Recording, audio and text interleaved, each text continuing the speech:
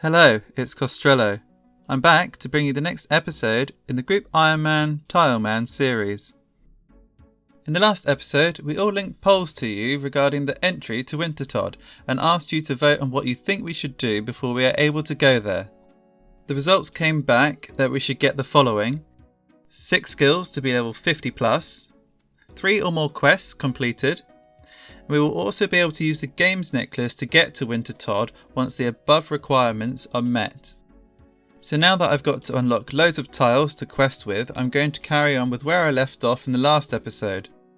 I want to get roughly 70 fishing and cooking, since that would unlock loads of tiles for me to use for other skills and for questing. And with that all explained, let's get started. And there's 70 fishing. So now that I'm done with fishing, let's go deposit these lobsters into the bank. Okay, so putting these lobsters back into the bank, I've got almost 5.4k lobsters. And obviously they need to be cooked. So we'll go over to the range here next to the bank and get these bad boys cooked up. I reckon I'll get pretty good cooking level, maybe 71, 72. Let's see. There's 65 cooking. And that's 70 cooking. I'm not finished here yet though, I've still got a few lobsters left to cook. And so after cooking 4.9k lobsters, I got 71 cooking. So I'll put these into the group storage with the lobsters that I already put in there. And we've got 5.7k, which is awesome. I'm just going to take the rune axe that Soda put in here and start wood cutting. So I want to cut some willow trees because I haven't been able to cut those before yet.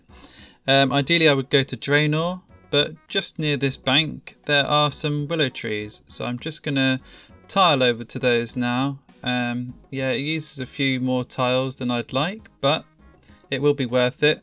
So I'm going to cut these willow trees until I have enough to get me roughly 55 fletching, because I want to start cutting maples after that and then stringing them.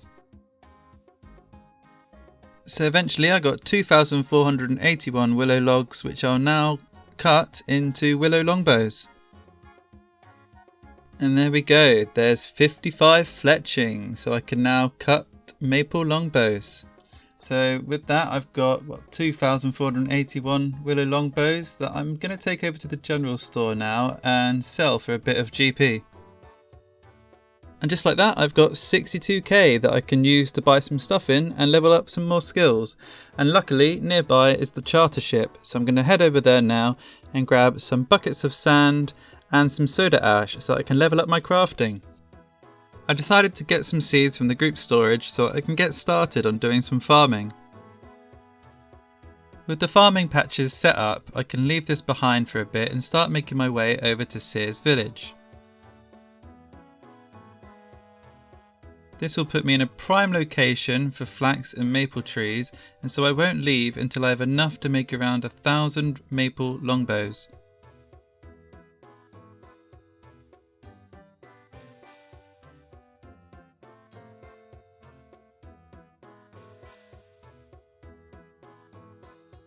Now that I'm in the Sears Village Bank, it's time to go and pick some flax. This is how the world map looks so far, with all my tiles showing on it. I've now picked over 1,000 flax, and so it's time to grab the rune axe and walk around this bank so I can start cutting maple trees for the longbows.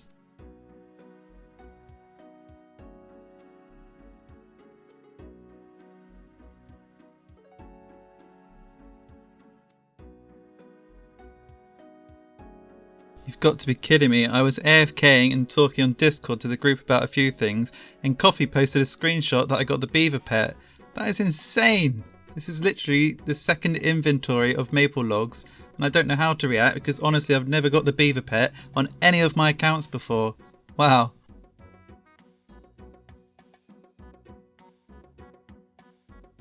That's 65 woodcutting. And with an equal amount of flax and maple logs, it's time to cut these logs up into maple longbows. I need to make it easier for myself to get around the world map, so I'm going to head over to Draenor Village and speak to Diango to buy a goblin staff so I can start splashing on seagulls to get a high enough magic level where I can start teleporting.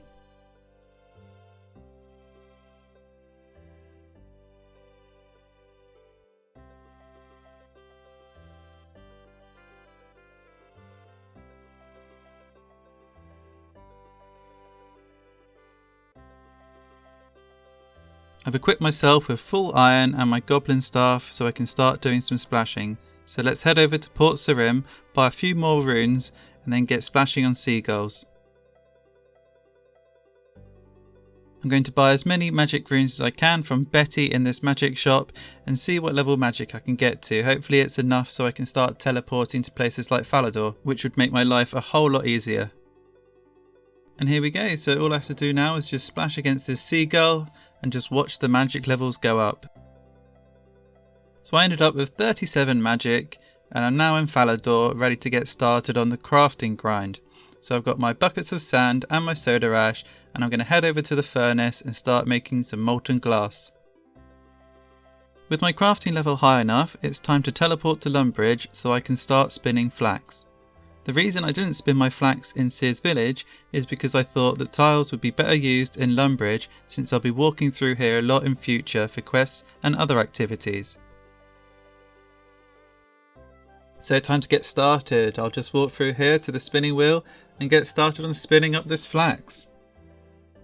So there we go, all the flax has been strung into bowstrings and I've got 32 crafting. So let's take out 14 of each maple longbows and strings and turn them into maple longbows. We're going to get a lot of cash from this.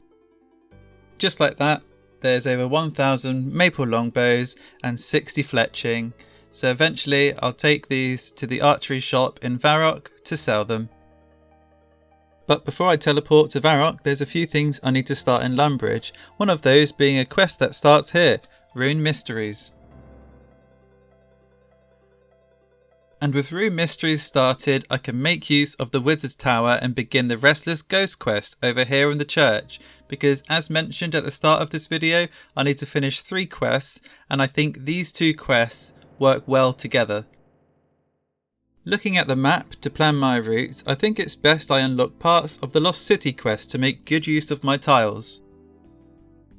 Like I say, so I'm just pathing my tiles to use in the Lost City quest. So this is the hut for Xanaris unlocked. And I had to come this way to speak to Father Ernie so I can get a ghost speaking amulet. This is important for me to use during the Nature Spirit quest because in the future I want to move towards unlocking fairy rings. This has to be the worst bridge for anyone who has a tile locked account. It's just far too long and feels like such a waste of tiles. But we're getting there eventually, and I'll just show you now the world map across the Lumbridge swamp. Just going to steal this skull and make a run for it so I don't get killed by the skeleton. And now that I've acquired that skull, I can teleport to Varrock. Now that I'm here, it's a big step for me in this tile account because I can access a lot more things. And most importantly, if I path towards the east bank, I can collect my maple longbows that I strung and then I can sell them at the archery shop for loads of gold. Okay, let's get started on selling these maple longbows to Low and see how much money I could make in the end. And if I just sell the last 10 maple longbows, there's 282k. As you can see, I went a bit all over the shop with using my tiles, but having this much gold feels pretty much worth it. Time to complete the first quest, so let's put this skull back where it belongs and finish the Restless Ghost quest. Well, as soon as the cutscene ends anyway.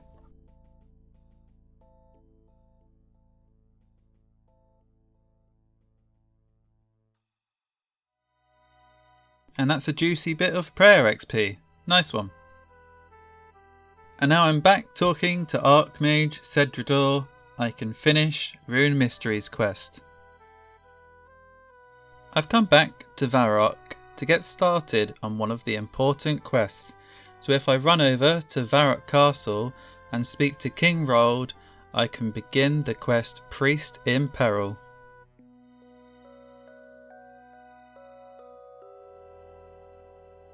So at this point, the evil Zamorak worshippers want me to go and kill the temple guardian dog, which of course I am in complete understanding and will do just as they say because I'm a brave adventurer after all and aim to help everyone.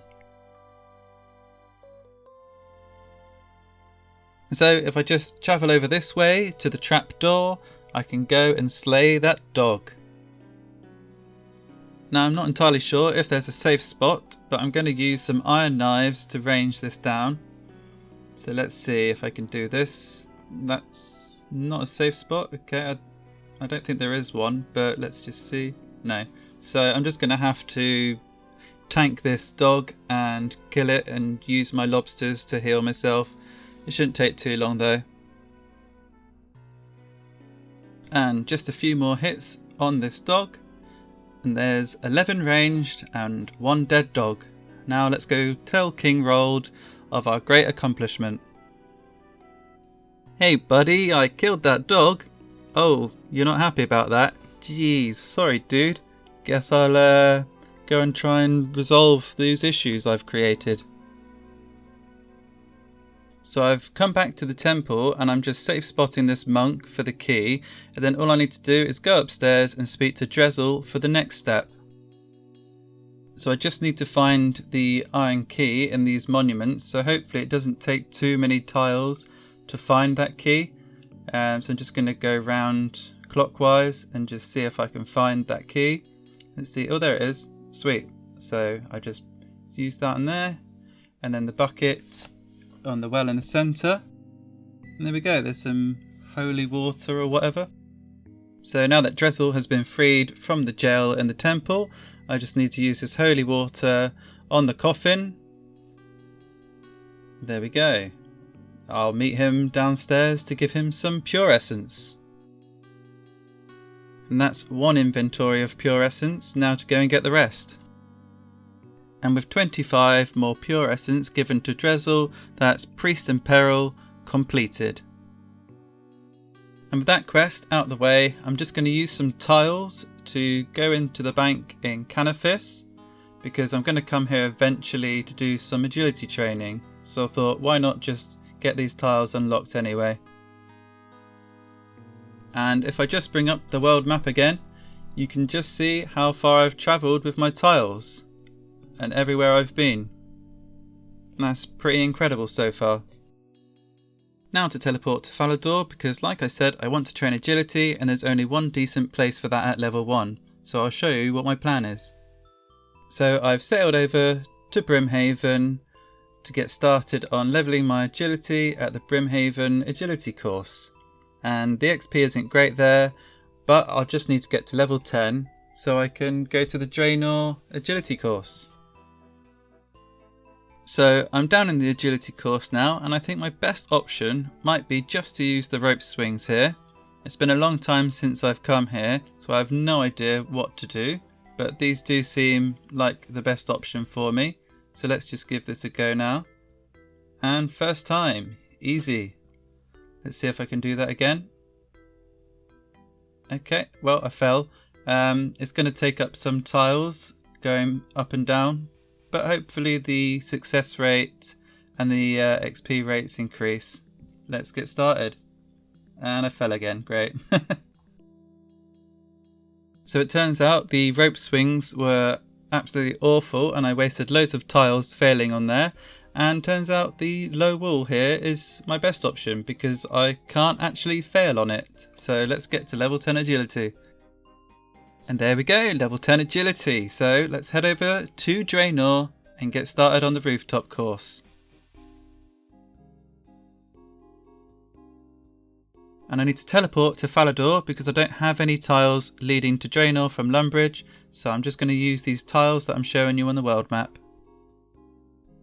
And here we are at the Draenor rooftop course. So I'm going to start here and finish at level 30 agility so that I can head over to Varrock and use the rooftop course there.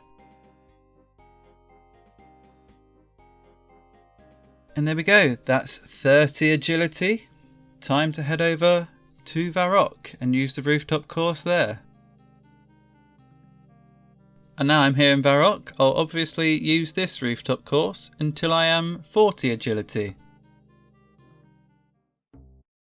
And that's 40 agility. I'll just finish off the course and head over to Canifis. And here I am in Canifis. I've got the long grind ahead of me to get to level 50 agility, at which point I'm going to stop training agility and move on to the next skill. I've fallen here, but I've just had the fun thought of getting clothes from the vendor here because some of the colours actually match those of the group's tiles, so I think they would appreciate some colourful fashionscape that suits their tiles. So there we go, there's some robes that match 4 of the 5 colours of the group's tiles, and so I'm just going to go and put these into the group storage for them. And now I can rep my yellow colours with this new fashionscape outfit. What do you think? It took a long time, but there we go, that's 50 agility.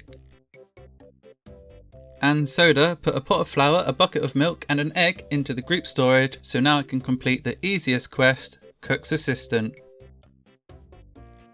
These are what my skills are looking like so far. I've also completed 4 quests, but I'm not done there. I want to level up a bit of construction before I make my way to Wintertodd, so let's get started on that. I am using the boat from Brimhaven to get to Rimington, which saves me some tiles instead of going all the way over from Port Sarim.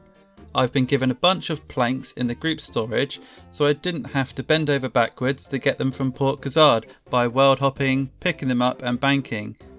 I absolutely love that we're able to help each other out in the group Ironman mode, it's really fun.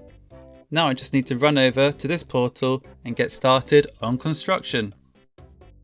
So just go into build mode and get started. Right, I completely forgot I need to speak to an estate agent. Great, let's go do that. Hello mate, I'm a homeless idiot who forgot I need to speak to you to get a house, so can I get a house please? There's 1,000 coins of my hard-earned money. Cheers mate! So this should work now. That's great, we've got a house. Okay, so I'm just going to make some wooden chairs, and I've forgotten nails. I'm an absolute donut. Well, with house teleport on cooldown, I thought I might as well start unlocking our doin. I actually don't know how you say it. I've played this game for like 18 years and I still don't know how to say it. So if anyone can clarify that in the comments, that would be appreciated. But I'm just going to stick with Ardone. So here we are, coming into the bank, and I'm going to pick up my nails. Well, there we go, 1,000 iron nails pinched from the group storage. And finally, I can start making these wooden chairs until I'm about 9 construction, where I can start making larders instead. Oh, and just to clarify, I say I've played this game for 18 years, but that has been on and off, and most recently I've taken about a 2-year break. So I am trying to remember everything, and it is coming back to me a bit, so just give me time and I'll get back into it. And that's level 9 construction. I can start making wooden larders in a kitchen. But I've also noticed that the Tileman mode plugin hasn't been placing tiles automatically in the POH, so I'm just going to manually add the tiles in until I can get clarification from those who know more in SRAM's Tilebound Discord. And yes, there's a link to that Discord in the description of this video, so if you want to join, come check it out. So I asked in the Discord and I got a pretty fast response while I made larders, and the answer is that I don't have to place tiles in my POH, and with pleasure I will now remove the ones that I have placed down here. Now that I am done with construction, I have come over to Draenor to buy a rainbow scarf from Diango as part of my warm clothing for Wintertodd. Now with this fire staff and fire tiara that Soda made for us, I can grab a games necklace that Soda also made, he's literally carrying us by the way. I can finally teleport to Wintertodd. Okay, so let's do this, let's teleport to Wintertodd, which is crossed out, why? I need to visit Great Corrend. Okay then. So I thought if I have to visit Great Currend to use my games necklace for Wintertodt teleport, I might as well complete the quest X marks the spot, which shouldn't take up many tiles since I've pretty much pathed out everywhere I need to dig in this quest. And the first step is to dig over here, which doesn't take many tiles whatsoever. So I dig there, just unlock that one that it skipped, and head to the next part, which is behind Lumbridge. And behind Lumbridge here, I just walk here, use my spade to dig, and I've got the mysterious orb, which is going to send us over to Draenor.